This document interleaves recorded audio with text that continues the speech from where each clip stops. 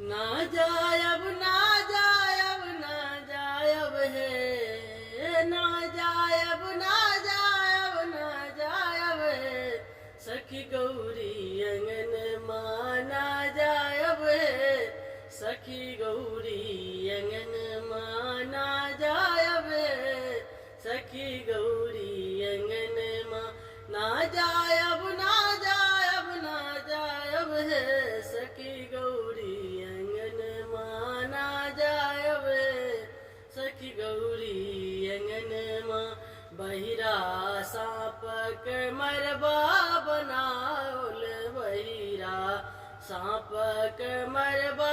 बनाओल, तेलिया देल बन्हन माँ है, तेलिया देल बन्हन माँ है, सखी गौरी अंगन माँ ना जायब है, सखी गौरी ना जायब ना जायब ना जायब है, सखी गौरी अंगन माँ ना जायब है, सखी गौरी अंगन माँ। धामन सांप के कोरो बनावल, धामन सांप के कोरो बनावल, धामन सांप के कोरो बनावल, अजगर के दिल धरन माँ है, अजगर के दिल धरन माँ है, गौरी तोरो अंगन माँ ना जायब है, गौरी तोरो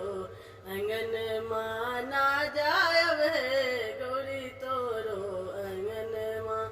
हर हारा के कारा चारा,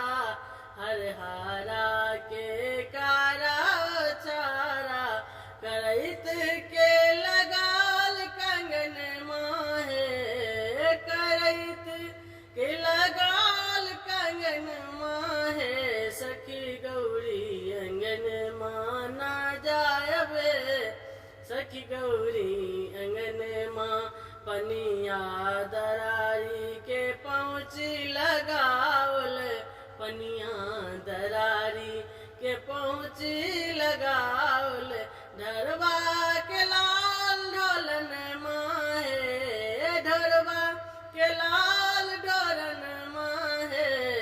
ढरवा के लाल ढोलन माँ है, गौरी तोरो अंगन माँ ना जायब है, सखी गौरी अंगन माँ। सुगबा सांप के मुनरी लगावल,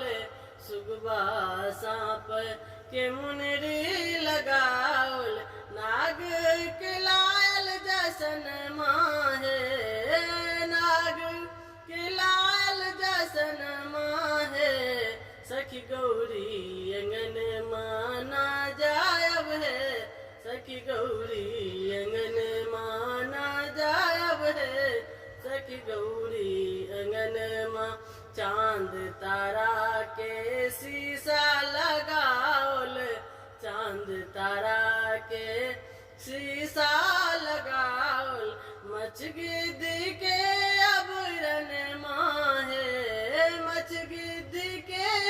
अबरन माँ है, सखी गौरी अंगन माँ ना जायब है, सखी गौरी अंगन माँ ना जायब ना जायब ना जायब है, सखी गौरी अंगन माँ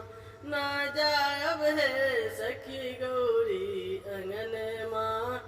ना जायब है, सखी गौरी अंगन माँ। धन्यवाद। जय मिथिला, जय मैथिली, हर हर महादेव।